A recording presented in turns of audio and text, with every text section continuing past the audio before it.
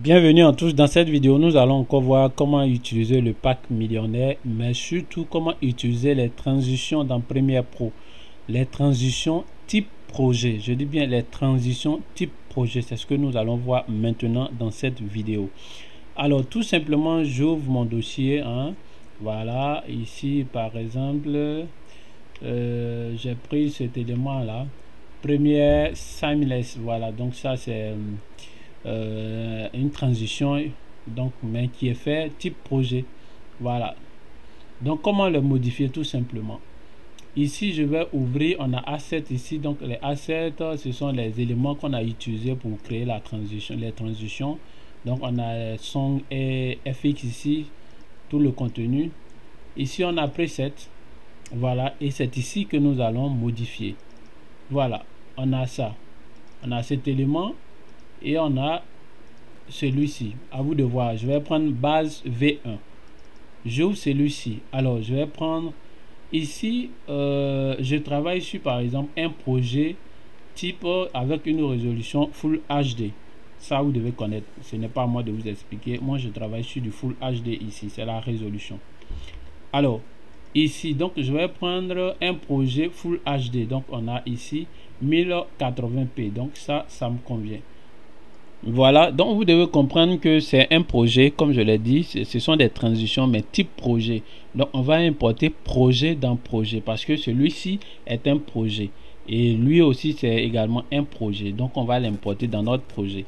De ce fait là, je dois me rassurer d'avoir désactivé cet élément qui est ici. On dit insérer et remplacer cette séquence là. Ça, il faut que je désactive ça. Ok. Également la piste A1 ici, je vais désactiver en dessous ici. A1, je dis bien A1. Alors maintenant, je peux importer mon projet de type transition.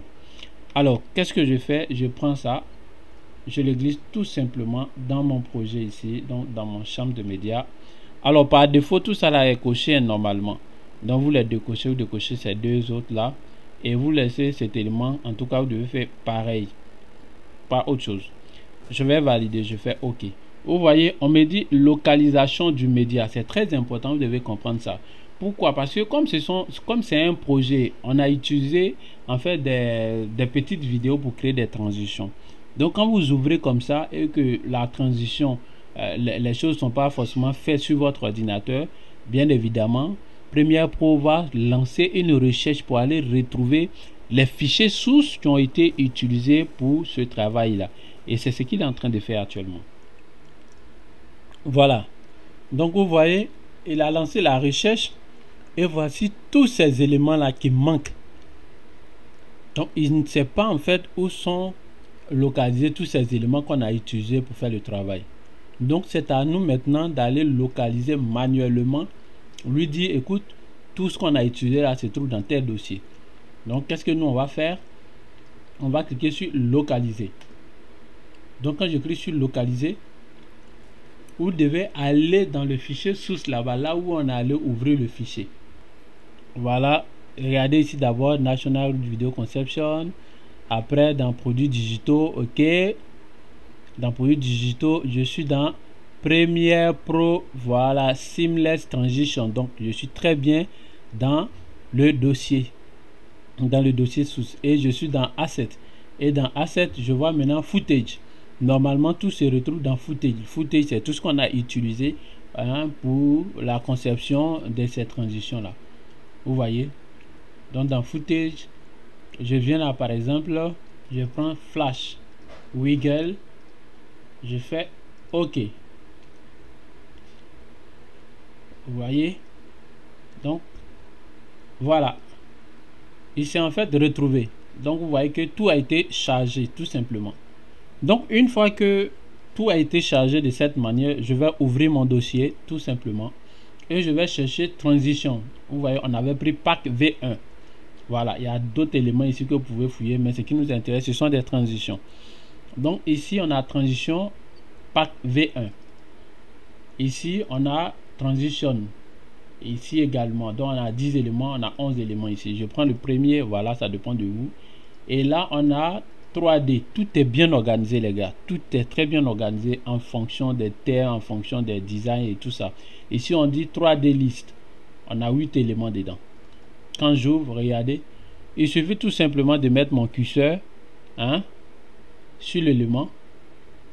Tout de suite, vous pouvez voir comment cela réagit. Je maintiens, je glisse et je viens déposer. Voilà, ici tout simplement, c'est une transition. Et là, je lance la lecture. Si je lance la lecture, regardez, vous voyez la transition. Alors, elle est très belle, mais le souci, c'est que l'image qui est en dessous, ce n'est pas notre image en fait. Voilà, c'est ça le problème. Donc, comment faire? Je supprime tout simplement cette image qui est en dessous là. Là où c'est mis là. Je supprime tout simplement.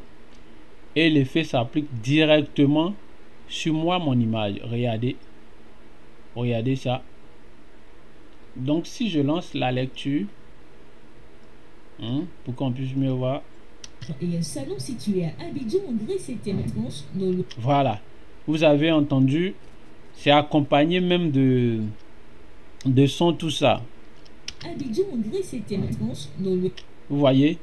Et voilà comment ça marche. C'est aussi facile, très simple, mais très efficace, les gars. Les 5000 là, vous n'avez pas jeté. Ça, faut pas avoir se mentir. Et c'est comme ça, vous voyez, tout ça. Voilà, je prends ça par exemple. Je glisse, je dépose. Voilà. Vous voyez, je supprime. Et là, le travail est déjà fait. Vous